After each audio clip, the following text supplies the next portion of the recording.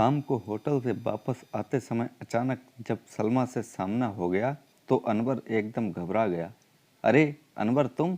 उसे देखते ही सलमा के बदसूरत चेहरे पर पहचान की चमक और होंठों पर मुस्कान आ गई। हाँ मैं। अनवर को अपनी आवाज़ गले में फंसती महसूस हुई। कब आए? 2 दिन हुए। हमारे घर क्यों नहीं आए? सलमा ने पूछा। दफ्तर के काम में उलझा हुआ हूँ तो ठीक है, अब घर चलो। सलमा बोली। अभी? अनवर का दिल उछलकर गले में आ गया। अभी अभी नहीं, फिर कभी। तो ठीक है, कल तुम 10 बजे हर हाल में मेरे घर आओगे और दोपहर का खाना हमारे साथ खाओगे। सलमा बोली। मैं भी जल्दी में हूँ, ज़्यादा देर नहीं रुक सकती। बे और मुन्नी राह देख रहे होंगे। बे कौन? अनवर ने पूछा। फिर उसे अपनी बेवकूफ़ी का एहसास हुआ। बे से मतलब शौहर से है ना? हाँ। सलमा का काला चेहरा शर्म से चमक उठा। तो तुम्हारी शादी हो गई? अनवर को यकीन नहीं हुआ। हाँ, शादी हुए 2 साल हो चुके हैं। कल तुम घर आ रहे हो ना? अच्छा, अपना मोबाइल नंबर तो दो। हाँ हाँ, ज़रूर आऊँगा। और मेरा मोबाइल नंबर है? अनवर ने जवाब में नंबर दिया और आगे बढ़ गया।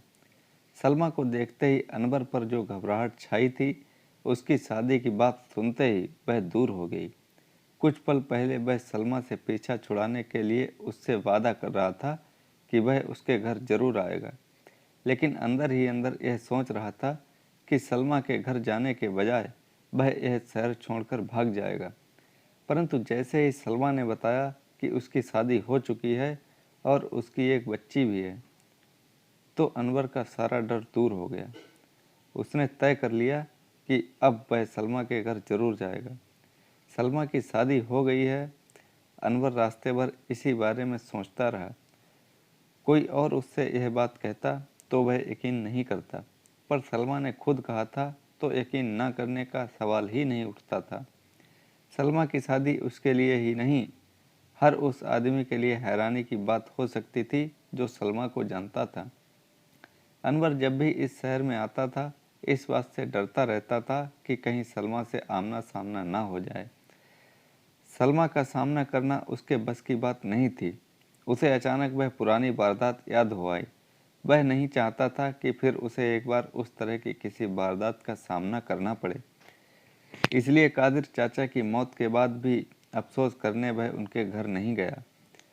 पर उस वारदात के लिए ना तो अनवर खुद को मुजरिम समझता है और ना ही सलमा को। उसे तो उस दिन के बाद से सलमा से हमदर्दी हो गई थी। पहली बार उसे एक औरत की ख्वाहिशों को समझने का मौका मिला था, पर वह सलमा से सिर्फ हमदर्दी ही रख सकता था। वह ना तो उसके लिए कुछ कर सकता था, ना ही सोच सकता था। सलमा अनवर के पिता के एक दोस्त कादिर चाचा की लड़की थी।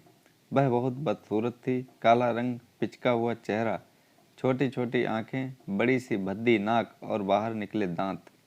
अनवर के अब्बा और कादिर चाचा की दोस्ती इतनी गहरी थी कि कादिर चाचा जब भी उनके शहर आते तो उनके घर ही ठहरते थे। उसके अब्बा भी जब कभी कादिर चाचा के शहर जाते, उनके घर ही रुकते थे। अनवर का अक्सर उस शहर में आना जाना होता था। ऐसी हालात में उसके अब्बा उसे ख़ास तौर से ताकीद करते थे कि वह कादिर चाचा से ज़रूर मिले और यदि वहाँ रुकना पड़े तो उनके घर ही रुके। कादिर चाचा से 2 बेटे थे जिनकी शादियाँ हो चुकी थीं। वे अपने अपने कारोबार के लिए दूसरे शहरों में जा बसे थे। उसकी माँ की बहुत पहले ही मौत हो चुकी थी। कादिर चाचा की सेहत भी ठीक नहीं रहती थी। उनका ज़िंदगी से मोह खत्म हो गया था। केवल एक चिंता थी जो उस मोह की डोर को बांधे हुए थी। सलमा की शादी की चिंता उन्हें दिन रात सताती रहती थी। वह 22 साल की हो गई थी, पढ़ने लिखने में बहुत तेज थी, इसलिए अच्छे नंबरों से बीए पास करने के बाद उसे नौकरी भी मिल गई थी। इस तरह वह अपने पैरों पर खड़ी हो गई थी।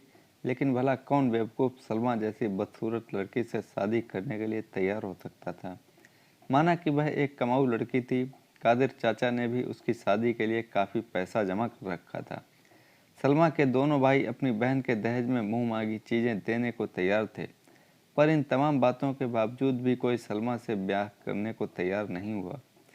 भला जिस लड़की के चेहरे पर एक पल के लिए भी नज़रें जमाना मुश्किल हो, उसके साथ ज़िंदगी भर का नाता जोड़ने के लिए कौन तैयार हो सकता था। जब भी कादिर चाचा अनवर के अब्बा से दुख भरी आवाज़ में सलमा के ब्याह के बारे में बातें करते, तो उसके अब्बा दिलासा देने के लिए यही कहते थे, तुम धीरज रखो कादिर, कुदरत ने सारी लड़कियों के जोड़े बनाए हैं, सलमा का भी ज़रूर बनाया होगा। दुनिया में कोई ना कोई ऐसा नेक आदमी तो होगा ही जो सलमा की बदसूरती के बावजूद उसे अपना लेगा। पर कादिर चाचा यही कहते थे, यह सब दिल को बहलाने की बातें हैं, मैं अपनी बेटी की शादी की तमन्ना सीने में लिए इस दुनिया से चला जाऊंगा। एक दिन अनवर को उस शहर में रुकना था, इसलिए वह कादिर चाचा के घर चला गया। रात का भोजन करके वह घूमने के लिए बाहर चला गया। कादिर चाचा को कहीं बाहर जाना था, इसलिए वह कह गए थे कि रात को देर से घर आएंगे। सलमा ने खाना लाजवाब बनाया था, इसलिए अनवर कुछ ज़्यादा ही खा गया था, इसलिए वह घूमने निकल गया। वह 9:30 बजे के करीब वापस घर आया और पलंग पर लेट गया। सलमा शायद कोई काम कर रही थी। थोड़ी देर बाद जब वह कमरे में आई तो अनवर ने कोई ध्यान नहीं दिया, पर जब वह कमरे का दरवाज़ा भीतर से बंद करने लगी तो वह चौंक पड़ा। क्या बात है? वह घबराकर बोला, यह तुम क्या कर रही हो? तुम क्या चाहती हो? वही जो एक जवान लड़की एक लड़के से चाहती है। सलमा उसके करीब आकर खड़ी हो गई। सलमा, तुम पागल तो नहीं हो गई? अनवर बौखला गया। अनवर, तुम मेरे जज्बातों को समझने की कोशिश करो, कहते हुए सलमा उससे लिपट गई। माना कि मैं बदसूरत हूँ, इतनी बदसूरत कि कोई मुझे एक नज़र भर के लिए भी नहीं देख सकता है, पर फिर भी मैं एक औरत हूँ, मेरे भी जज्बात हैं, मैं उनको मारकर किस तरह जिंदा रह सकती हूँ? मैं अपने जज्बातों को पूरा करने के लिए कई आदमियों से कह चुकी हूँ, पर वे मेरी ओर देखना भी पसंद नहीं करते। अनवर, तुम मेरे जज्बातों को समझने की कोशिश करो। माना कि मेरा चेहरा बदसूरत है, पर मेरा शरीर तो वैसा ही है जैसा एक आम औरत का होता है। मैं तुम्हें वैसा ही सुख दे सकती हूँ जैसा कि कोई दूसरी औरत दे सकती है। मेरी प्यास बुझा दो, मैं अभी तक कुंवारी हूँ। अनवर शादीशुदा था। एक मर्द के अंदर किसी औरत का जिस्म कैसा तूफान उठा सकता था, यह वह अच्छी तरह जानता था। सचमुच सलमा के जिस्म से उसे वही सुख मिल सकता था जो उसे अपनी बीवी से मिलता था। तभी उसके भीतर से कोई चीखा, यह गलत है, हट जाओ, कहते हुए उसने एक जोरदार थप्पड़ सलमा को मारा और उसे दूर धकेल दिया। सलमा फर्श पर गिरकर सिसकने लगी।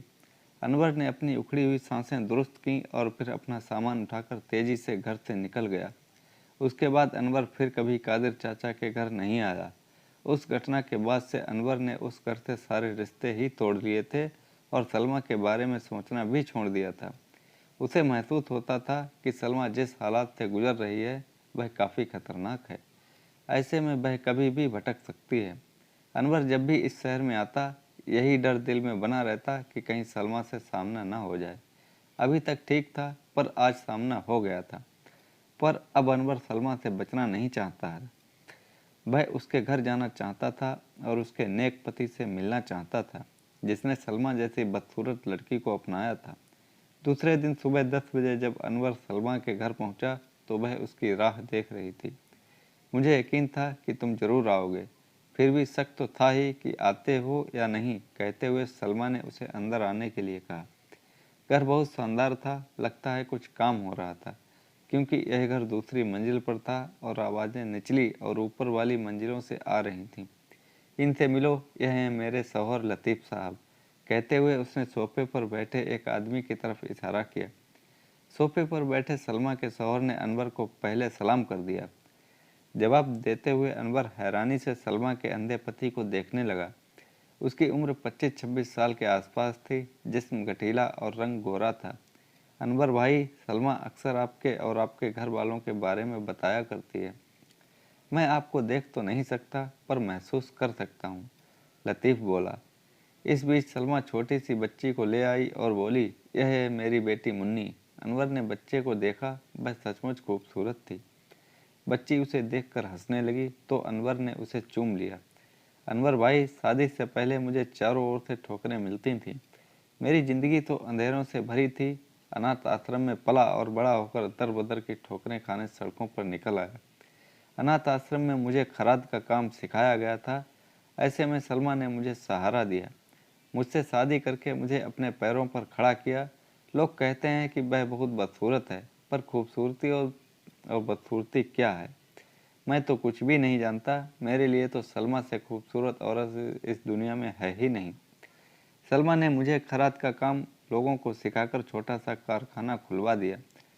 सलमा चाय ले आई थी। प्याला लेते हुए अनवर उसे देखने लगा। जिंदगी के सुख और खुशियाँ उसके अंग अंग से फूट रही थीं। इनके हाथों का कमाल है कि ये हर पुर्जे को छूकर समझ लेते हैं और कारीगरों से बढ़िया काम करा लेते हैं। हमारे यहाँ दूर दूर से लोग काम कराने आते हैं। चाय रखते हुए सलमा बोली। अब लोग मुझे बॉडम सलमा नहीं, कारखाने वाली सलमा कहकर बुलाते हैं।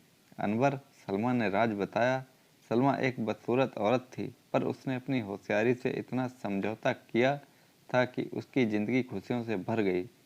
उसने लतीफ़ जैसे एक अंधे नौजवान से शादी करके उसे सहारा दिया था और बदले में उसे मिला था एक नेक पति। अगर वह समझौता नहीं करती तो शायद उम्र भर तरसती ही रहती। पहली बार सलमा को देखकर अनवर के दिल में खुशी और बेफिक्री की लहर दौड़ गई। तो दोस्तों, कैसी लगी ये कहानी? लाइक करें, कमेंट में बताएं और चैनल को सब्सक्राइब करें।